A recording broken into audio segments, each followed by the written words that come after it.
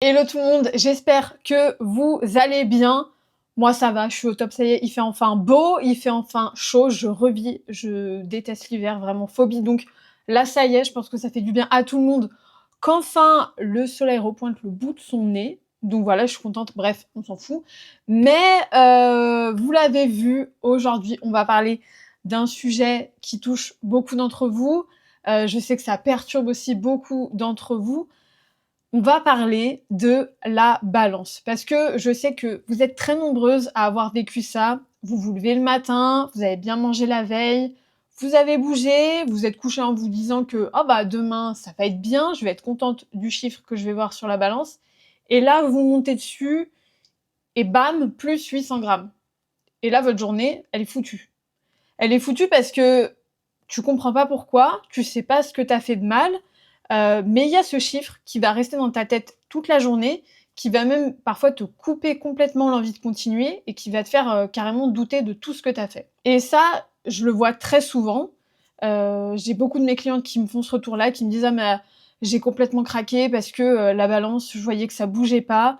J'arrête en fait parce que j'ai pris 1 kilogramme alors que j'avais bien mangé. Je me pèse tous les jours et en fait, ça me rend complètement dingue». Donc, aujourd'hui, on va remettre l'église au milieu du village parce qu'il faut que vous compreniez quelque chose, c'est que le problème, c'est pas votre corps, c'est pas encore une fois votre volonté, c'est que on vous a jamais expliqué concrètement ce que mesure la balance et surtout ce qu'elle ne mesure pas. Et donc, le but aujourd'hui, c'est de comprendre comment l'utiliser pour qu'elle devienne un outil qui vous aide et pas un truc qui vous sabote la tête à 7 heures du matin quand vous montez dessus. Donc, mon but, c'est que d'ici la fin de l'épisode, vous regardiez ce chiffre complètement différemment. On va parler de ce que mesure vraiment la balance, de pourquoi ton corps peut fluctuer de presque 2 kilos d'un jour à l'autre sans que tu aies pris 1 gramme de graisse, et comment utiliser cet outil intelligemment pour vraiment suivre tes progrès. Donc c'est parti. Je chausse mes petites lunettes et on enchaîne avec la partie 1, ce que mesure vraiment la balance et ce qu'elle ne mesure pas. Il faut bien que tu comprennes une chose, c'est qu'il y a ce que mesure la balance qui est important, mais il y a aussi tout ce qu'elle ne mesure pas qui est presque encore plus important. Donc la première chose à comprendre vraiment, et ça c'est fondamental, c'est que quand tu montes sur ta balance, elle va te donner ton poids total. Pas ta masse grasse, mais bien ton poids total.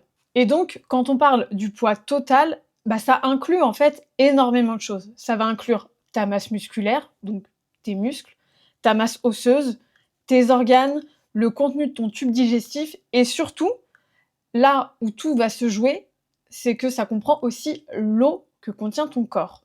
Pour rappel, ton corps, il est composé à environ 60% d'eau. J'ai bien dit 60%, donc ça veut dire que sur une femme de 65 kilos, il y a environ 39 kilos d'eau dans son corps.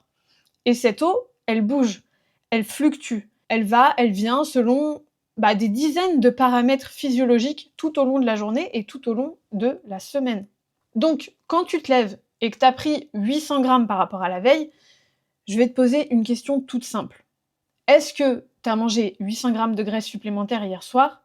La réponse, évidemment, c'est non. Physiologiquement, c'est juste impossible. Ou alors, il faudrait que tu te sois envoyé un paquet de trucs, hein, vraiment un sacré paquet de trucs. En fait, stocker 800 grammes de graisse, en gros, ça reviendrait à avoir mangé 6000 calories de trop. Et ça en une soirée. Donc, je te dis pas que c'est impossible, mais dans la majeure partie des cas, c'est quand même vraiment exagéré et vous n'en êtes pas à ce point-là. Donc ça va te permettre déjà de clouer le bec à cette petite voix dans ta tête qui te dit que tu as tout gâché. La prise de graisse, ça prend du temps. C'est lent, c'est graduel et à l'inverse, la vraie perte de graisse, c'est pareil. Ça, je l'ai déjà dit plein de fois, mais c'est lent, c'est stable. Tu vas passer par des phases de stagnation, par des phases où tu vas reprendre un peu de poids, par des phases où tu vas en perdre. Et ça se voit sur plusieurs semaines et pas d'un jour à l'autre. Donc, c'est pour ça qu'il faut un peu arriver à prendre du recul et aussi à se détacher du poids que tu vois sur la balance. Et ça, je sais que quand je te le dis comme ça, tu te dis: «Bah, OK, c'est cool, c'est facile à dire». Je suis d'accord, c'est facile à dire. Mais il faut bien comprendre encore une fois que ton poids, quand tu montes sur la balance, il prend en compte énormément de choses et pas juste ton gras. Donc, il faut arriver à prendre ce recul-là quand tu montes sur la balance. Donc, ce que tu vois sur la balance au quotidien, c'est essentiellement des variations d'eau, de glycogène, de transit, et on va voir tout ça maintenant et je vais te l'expliquer en détail. Dans cette partie 2, je vais t'expliquer les 5 raisons pour lesquelles ton poids fluctue sans même que tu aies pris 1 gramme de graisse. La raison numéro 1, c'est le glycogène et l'eau qui va avec. Le glycogène, qu'est-ce que c'est? C'est la forme sous laquelle ton corps stocke les glucides dans tes muscles et ton foie. Ça, en gros, c'est ta réserve d'énergie rapide. Et un truc que très peu de gens savent, mais pourtant qui est capital, c'est que chaque gramme de glycogène, ça va retenir entre 3 et 4 grammes d'eau. Donc concrètement, en fait, ça veut dire que si tu manges un peu plus de glucides que d'habitude, des pâtes, du riz, du pain, ton corps il va stocker un peu plus de glycogène et il va retenir de l'eau avec. Donc forcément, le lendemain, tu auras pris 500 grammes, voire 1 kilo de plus. C'est ça qui va s'afficher sur la balance. Mais ce que tu dois comprendre, et ce que je t'ai expliqué là, c'est que c'est pas de la graisse, mais c'est de l'eau qui a été retenue par ce glycogène. Et donc, quand tu manges un peu moins de glucides le lendemain, cette eau, elle va repartir aussi vite qu'elle est venue. La balance, elle redescend. Et t'as même certaines femmes qui vont passer leur vie à faire du yo-yo entre manger des pâtes et prendre 1 kilo et manger de la salade et perdre 1 kilo. En pensant que c'est de la graisse, alors qu'en fait, c'est juste leur glycogène qui monte et qui descend. Et donc, c'est cette variation d'eau qui va faire votre variation de poids. La raison numéro 2, c'est le sel et la rétention d'eau. Le sodium, donc le sel en fait, ça a un effet aussi direct sur la rétention d'eau dans ton corps. Un repas qui va être très riche, un resto, une pizza, des chips, ça peut faire retenir plusieurs centaines de millilitres d'eau supplémentaire. Et ça, comme je l'ai dit avant, ça se voit aussi sur la balance. Et encore une fois, ça n'a absolument rien à voir avec ta prise de graisse. C'est juste en fait ton corps qui va équilibrer ses fluides et le lendemain ou le surlendemain, quand tu bois bien et que tu remanges normalement, ça va repartir pareil aussi vite que c'est venu. La raison numéro 3, c'est le contenu du tube digestif. Alors, celui-là, il est simple, mais on l'oublie quand même tout le temps. Quand tu te pèses le matin à jeun, tu as moins de nourriture dans le tube digestif que le soir après avoir mangé toute la journée. Et ça paraît quand même extrêmement logique. Et selon ce que tu manges, si tu as un repas consistant la veille au soir, si tu es constipé, si tu as les intestins qui travaillent un peu moins bien, c'est pas hyper glamour ce que je suis en train de te dire, mais en gros, ça peut facilement représenter 500 à 1,5 kg de différence sur la balance. Donc, il faut bien comprendre là aussi que ton poids, il varie au fil de la journée en fonction de ce que tu bois, de ce que tu manges et de ce que tu élimines. Et ça, c'est totalement normal et c'est juste physiologique. On passe à la raison numéro 4 qui, là, nous concerne, nous, mesdames, c'est le cycle menstruel. Là, c'est vraiment le point, les filles, que j'aurais voulu qu'on m'explique bien plus tôt, parce que je sais qu'on passe très souvent à côté de ça, pourtant, c'est capital et ça explique aussi beaucoup de choses. Et je pense que si on savait vraiment ça, ça éviterait beaucoup de drama par rapport à la balance. Donc, on le sait, notre cycle, il est composé de plusieurs phases, et il y a certains moments dans ce cycle où on a des variations hormonales qui vont avoir un impact quand même assez important. On va avoir pendant ce qu'on appelle la phase lutéale de notre cycle, donc c'est la deuxième partie, à peu près entre le jour 15 et le jour 28, la progestérone qui va monter. Et la progestérone, elle a un effet sur la rétention d'eau dans ton corps. À chaque fois, on en revient à ça, il y a quand même chez nous les femmes une énorme partie qui est due à de la rétention d'eau.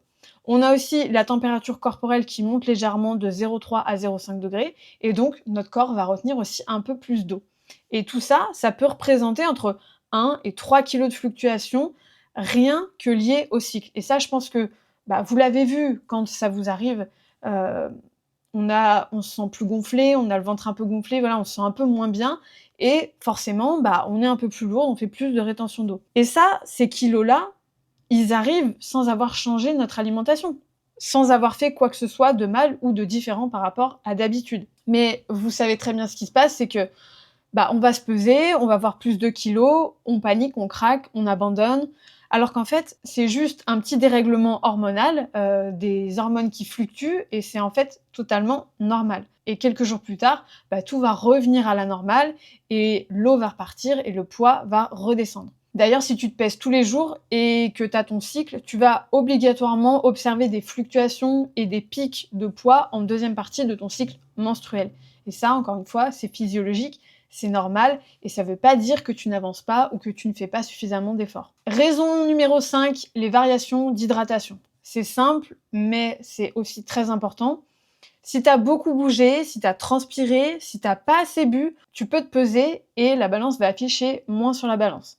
Mais si tu as beaucoup bu la veille au soir, bah, le chiffre sera plus conséquent. 1 litre d'eau, ça fait 1 kilo sur la balance. Et pourtant, c'est que de l'eau. Donc en fait, tu vois, toutes ces fluctuations quotidiennes que tu observes, elles n'ont rien ou presque en fait rien à voir avec ta prise ou ta perte de gras réel.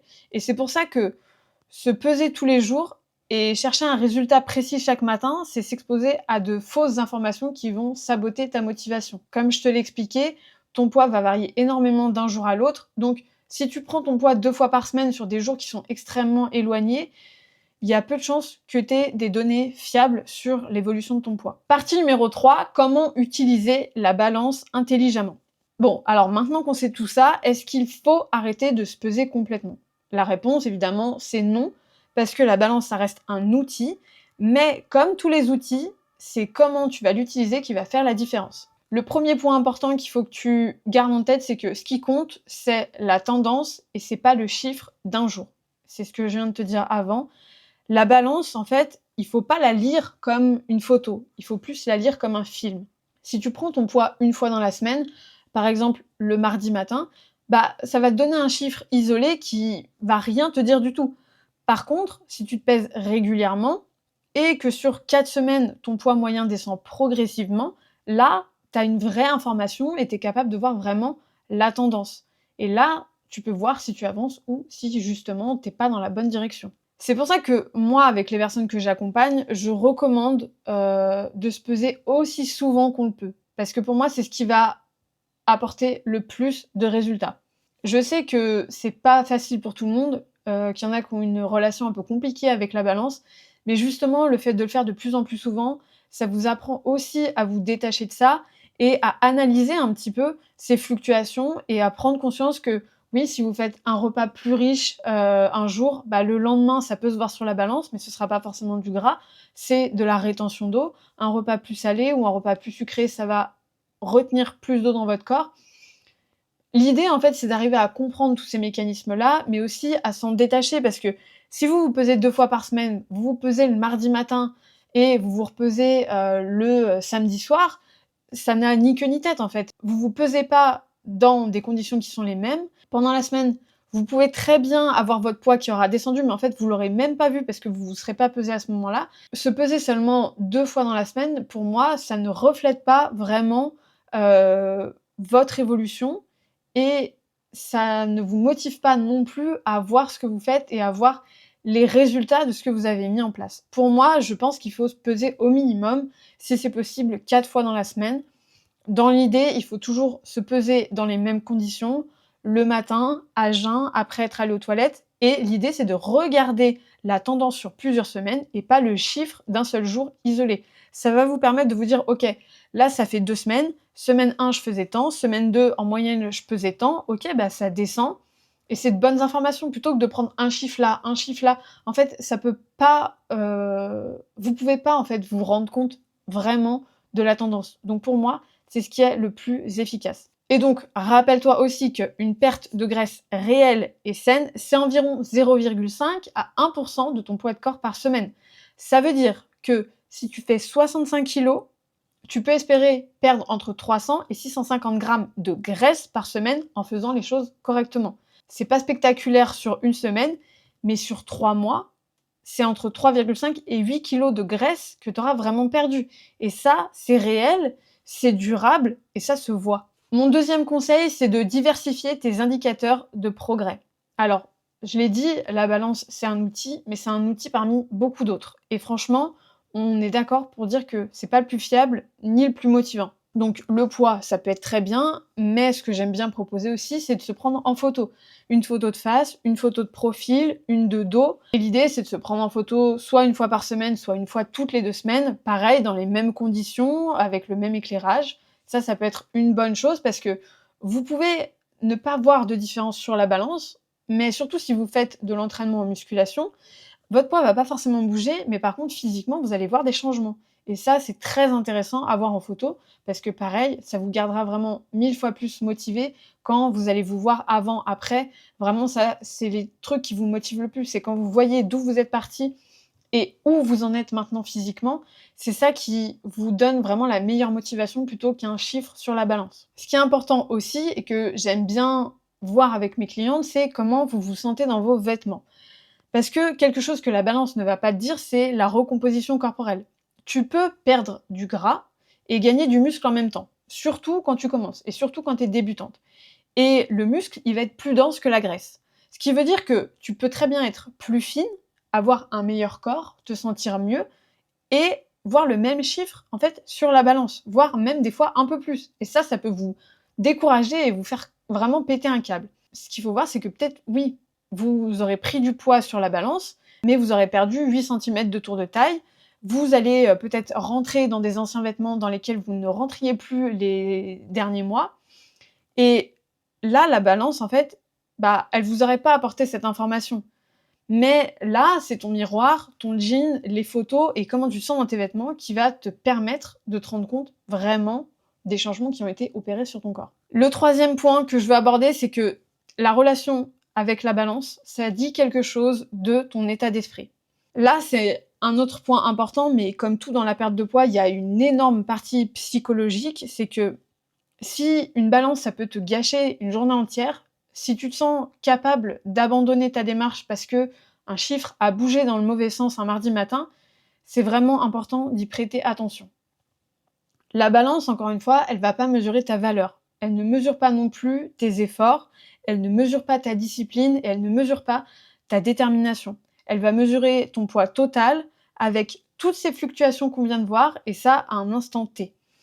L'objectif, ton objectif à toi, c'est d'arriver à un endroit où tu peux regarder ce chiffre avec curiosité plutôt qu'avec jugement et de te dire ok j'ai pris 800 grammes, mais hier soir j'ai mangé vraiment salé, j'ai fait un bon apéro, c'est de la rétention d'eau, ça va repartir et l'idée c'est d'avoir un plan derrière et de reprendre ton alimentation de la manière la plus proche possible de ce que tu faisais avant pour voir que le poids continue de descendre. Et ce qu'il faut se dire, c'est que, OK, là, j'ai cette information-là, le poids a bougé, mais j'ai fait ça, donc je le comprends et je me l'explique. Encore une fois, dis-toi bien que le poids, c'est une information, c'est pas un verdict et c'est pas un jugement. Voilà les filles, on arrive à la fin de cet épisode. N'oublie pas que la balance, c'est pas ton ennemi, c'est voilà, encore une fois, c'est juste un outil. Ce qu'on a vu aujourd'hui et que tu dois vraiment garder en tête, c'est que ton poids total, ce n'est pas juste la masse grasse. Il va fluctuer pour plein de raisons physiologiques. Le glycogène, le sel, le contenu de ton estomac, ton cycle menstruel, ton hydratation. Ces fluctuations, elles peuvent représenter jusqu'à 2 à 3 kilos sans que tu aies pris ou perdu 1 gramme de graisse. Ce qui compte, encore une fois, c'est de voir la tendance sur plusieurs semaines et pas un chiffre isolé. Donc voilà, la prochaine fois que tu montes sur la balance, essaye de prendre un petit peu de recul et de repenser à tout ce que je t'ai dit aujourd'hui. Si tu veux aller plus loin et comprendre vraiment ce dont ton corps a besoin, combien de calories, combien de protéines, j'ai un calculateur de métabolisme gratuit qui te donne ta maintenance et ton déficit calorique personnalisé en quelques minutes. Tu as juste à cliquer sur le lien dans la description.